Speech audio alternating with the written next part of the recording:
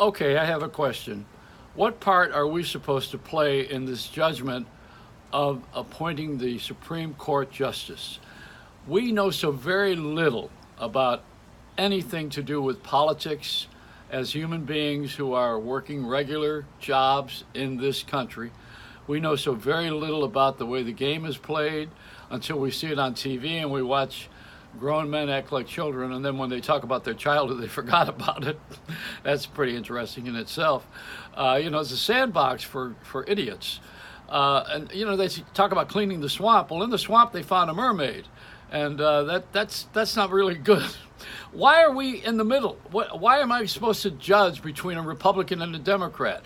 Why can't I judge between what's right and what's wrong, what's good and what's bad, what's best for the greater good? Why am I not in a spiritual place? Why am I always ending up in this political jungle where there's people who want something to happen because they have something to gain, including lifetime jobs and money and fame and fortune? Hey, I've had some of that. It's very nice.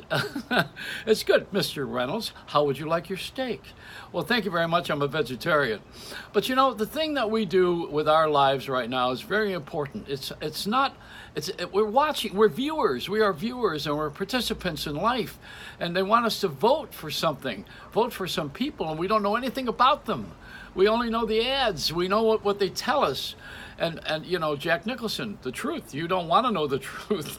We really do. We want to know the truth. We want to know exactly who's doing what to whom and why. This whole series of appointing someone to the Supreme Court, I think it unfolded the sexual acting out of women. Now, that for greater good, that came up, and that's pretty cool because, we've had in the last few years a couple of people who have been dethroned because of their misbehavior. And I think sometimes wrongfully judged or not evenly matched. That's another thing. How do you justice one person and not justice another person with the same amount of equality, with those balanced scales? They have that little thing, that little blind justice. That's the scale. You don't see that anymore. You don't see the eagle over the White House court either. There's a lot of things that have been removed, like In God We Trust. There's some people who still know how to behave. They're atheists, and it's called ethics. They don't have morality, maybe. Maybe they have ethics and morality, and they don't have God. It's a world of three. In this city of New York, you've got 8 million people with 7 or million eight opinions. I could be on the air until my death and argue about things, why the Yankees didn't get the World Series, But let's put this on an even playing field here.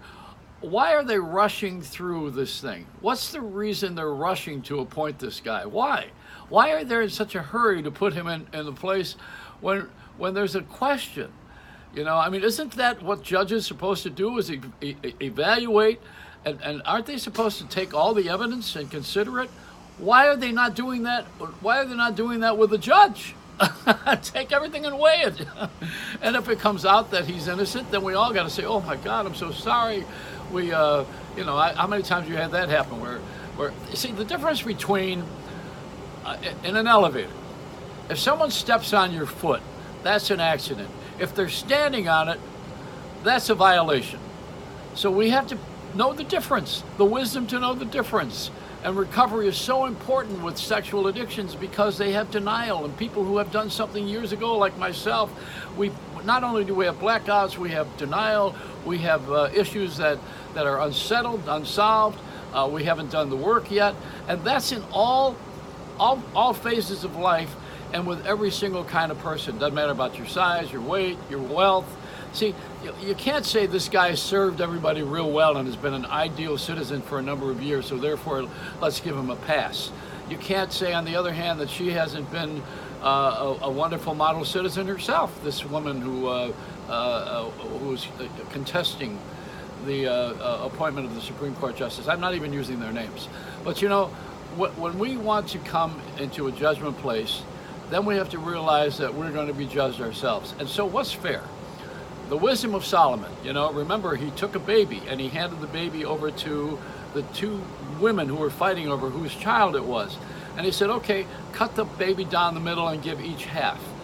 Then the real mother came out because she said, okay, let her have the baby, because then you knew then that the compassion, the love for her child was greater than the idea of having this right to be right. We need the right to be not right or left. We need the right to be right. So what's right? What's right for everybody is to calm down, look at all the stuff, take your time, take as much time as you need. As yesterday they were saying at the hearings, take as much time as you need. Now let's take as much time as we need to figure out what we're going to do. And never mind phone calls from the ex-president or the president. That's bullshit. Come on. I mean, that's just really wanting to have your own way. Let's have it the right way for a change. Welcome to America, the changing country. Not great again. The change of America, the shift of consciousness, the adult country. Otherwise, we're going to have to find another planet and put all our garbage there, which I think we're doing anyway. Let a smile be your umbrella, but don't get a mouthful of rain.